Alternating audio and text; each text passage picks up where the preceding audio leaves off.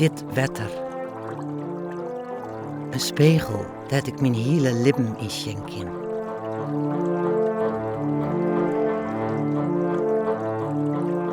Zwemmen is erotiek. Troch 1000 hand streken worden. Als je mij nou tutest, dan tutest ijs mij 60% wetter.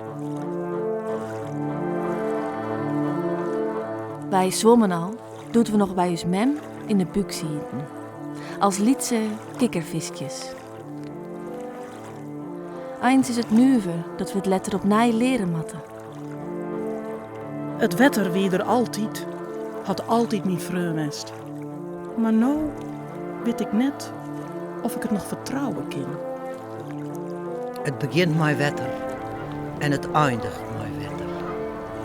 En daartussenin een heel libben.